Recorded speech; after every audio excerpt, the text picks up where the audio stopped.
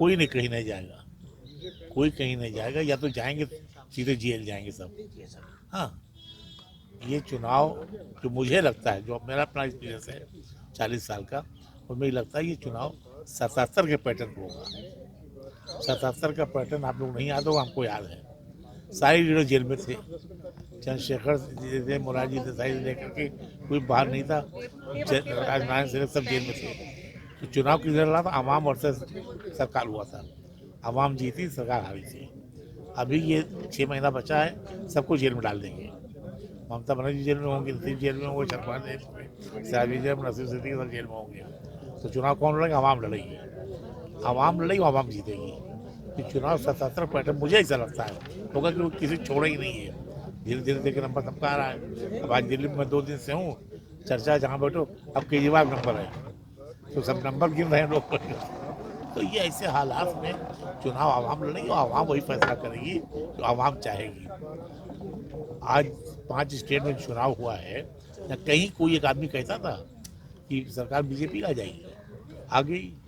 इनके पास हर तरीके की बेईमानी है, दादागिरी है, और उसका फैसला 24 में होगा। तो क्या आपको लगता है बेईमानी हुई है विधानसभा चुनाव में? मशीन का हेर फेर तो कुछ हुआ है, मशीन का हेर फेर हुआ है। आवाम तो पब्लिक कहती है हम वोट डालते, कहाँ जाता है मेरे समझ नहीं आता। कि पब्लिक कह रही है, आप भी जाइए पब्लिक पूछिए, पब्लिक कहते हमने तो वोट दिया था पंजाब पर, पटवा गवा कहाँ हमारा, वोट कहाँ जा रहा है।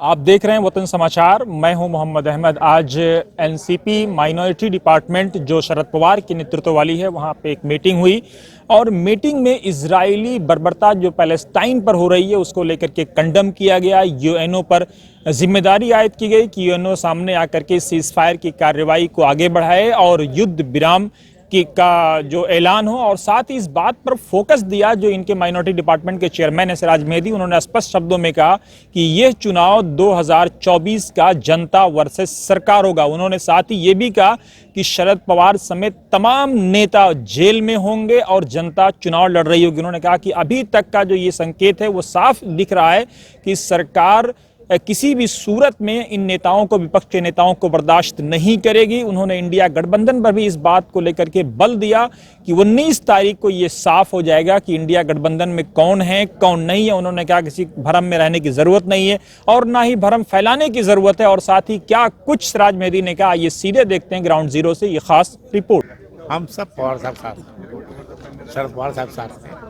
और पूरा अल्पसंख्यक डिपार्टमेंट उनके साथ है।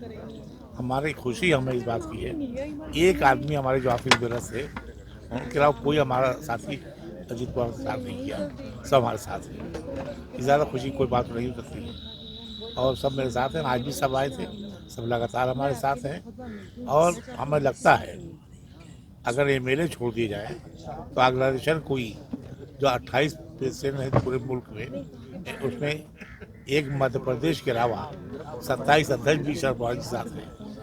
तो ऑर्गेनाइजेशन जो है, संगठन जिसे कहते हैं, वो पूरा शरद पवार साहब के साथ है। तो क्या लोकसभा में इन दोनों लोगों का मर्जर देखा जाएगा या दोनों लोग अलग जाएंगे? कैसे आप माइनॉरिटीज के बीच में जाएंगे? नहीं, हम माइनॉरिटी के बीच रहेंगे ना, हम तो आवाम के बीच में जाएंगे ना। ये आवाम वोट देगी ना, तो आवाम किसको वोट देगी ये तो आवाम तय करेगी। आप माइनॉरिटीज के नेता हैं और उत्तर प्रदेश से आते हैं, आपका बड़ा नाम है, कांग्रेस में आपका बड़ा कद रहा है, तो कैसे आप माइनॉरिटीज को, अगर आप दोनों लोग अलग अलग जाते हैं तो बड़ा कंफ्यूजन होगा, वोटों का बड़ा डाइवर्जन होगा। वो जाएंगे सांप्रदायिक ताकतों के साथ में, हम जाएंगे सेकुलर ताकतों के साथ में, हम जाएंगे इंडिया गठबंधन के साथ में, वो जाएंगे एनडीए साथ में, तो वहाँ कहाँ बराबरी हो पाएगी। नहीं, कई बार आपकी पार्टी को लेकर भी बड़ा कंफ्यूजन होता है कि भाजपा के साथ जाना चाह रही है, नहीं, इस तरह की खबरें आती हैं। शरद पवार जी जैसा लीडर जो सबसे ज़्यादा अच्छा, भी अभी जैसे हमारे नसीब से बताया कि इसराइल के मामले में सबसे पहले उन्होंने फेवर किया फिलिस्तीन का, तो हर इशू पर शरद पवार साहब हमेशा खुल के आते हैं। आज बॉम्बे में जो एक खौफ शिवसेना का बना रहता था उसको उन्होंने ख़त्म कर दिया बॉम्बे में, अब शिवसेना खौफ खत्म हो गया है। तो तमाम अल्पसंख्यकों को मदद करते हैं, मुसलमानों को मदद करते हैं, गरीबों को मदद करते हैं, और गरीबों के साथ खड़े रहते हैं। हम लोग अगर उनके साथ हैं, इसी उनके फन के साथ उनके साथ हैं कि वो अल्पसंख्यक मामले में कोई समझौता नहीं करते। सर, क्या प्रस्ताव पास किया गया है आज? नहीं, 2 प्रस्ताव हमने पास किया है। एक तो आज की कि इसराइल और फिलिस्तीन के पर हमले की ये कारखानी घोर निंदा करती है और दुनिया के शक्तिशाली देश एवं संयुक्त राष्ट्र संघ यूएनओ से अपील करती है कि वो इस और प्रयास करे कि युद्ध विराम प्रयास हो युद्ध विराम का। फिलिस्तीनी इसराइल जुल्म के खिलाफ सबसे पहले आवाज़ शरद पवार साहब ने उठाई थी, फिर उनका शुक्रिया अदा किया। ये किया हम लोगों दो प्रस्ताव पास किया है। तो वो शरद पवार जी के बारे में कोई शक शुबा करना वो बिल्कुल गलत है, गलत सोच है। वो एक तरफ लोग हैं और बहुत ही अच्छे लीडरों में है। आज आप यहाँ जैसे लोग देख रहे हैं सब मेरा ख्याल है मेरी लीडरशिप में आए, सब उन्हीं लीडरशिप में आए हैं। हम तो उनके कार्यकर्ता के सिलसिले में तो सब हैं। और ये चुनाव जो इंडिया लड़ेगी बहुत शानदार तरीके से लड़ेगी, बस हमको थोड़ा अलर्ट होना पड़ेगा। इंडिया गठबंधन अभी एग्जिस्ट कर रहा है। ये अखिलेश यादव अपनी आरोप लगा रहे हैं, नीतीश कुमार के बारे में कहा जा रहा है कि वो भी बाहर जा रहे हैं। अब 19 तारीख की मीटिंग बाद आपको पता चलेगा। 19 तारीख को मीटिंग बैठक बुलाई गई है, ज़्यादा दिन है नहीं, 3-4 दिन बचा है। कोई नहीं कहीं नहीं जाएगा, कोई कहीं नहीं जाएगा, या तो जाएंगे सीधे जेल जाएंगे सब। हाँ, ये चुनाव जो मुझे लगता है, जो मेरा अपना एक्सपीरियंस है 40 साल का, और मुझे लगता है ये चुनाव 77 के पैटर्न को होगा।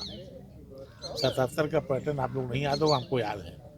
सारे लीडर जेल में थे, चंद्रशेखर जी, मोरारजी देसाई से लेकर के कोई बाहर नहीं था, राजनारायण सिंह सब जेल में थे। तो चुनाव किधर रहा था? आवाम और सरकार हुआ था, आवाम जीती, सरकार हारी थी। अभी ये 6 महीना बचा है, सबको जेल में डाल देंगे। ममता बनर्जी जेल में होंगे, नीतीश जेल में होंगे, शरद पवार जेल में, सहबी जेल में, नसीम सिद्दीकी सब जेल में होंगे। तो चुनाव कौन लड़ेगा? आवाम लड़ेगी, आवाम लड़ेगी, आवाम जीतेगी। ये चुनाव 77 पैटर्न मुझे ऐसा लगता है होगा कि किसी छोड़ा ही नहीं है। धीरे धीरे देखिए नंबर सबका आ रहा है। अब आज दिल्ली में 2 दिन से हूँ, चर्चा जहाँ बैठो अब केजरीवाल नंबर है, तो सब नंबर गिन रहे हैं लोग। तो ये ऐसे हालात में चुनाव आवाम लड़ेगी और आवाम वही फैसला करेगी जो आवाम चाहेगी।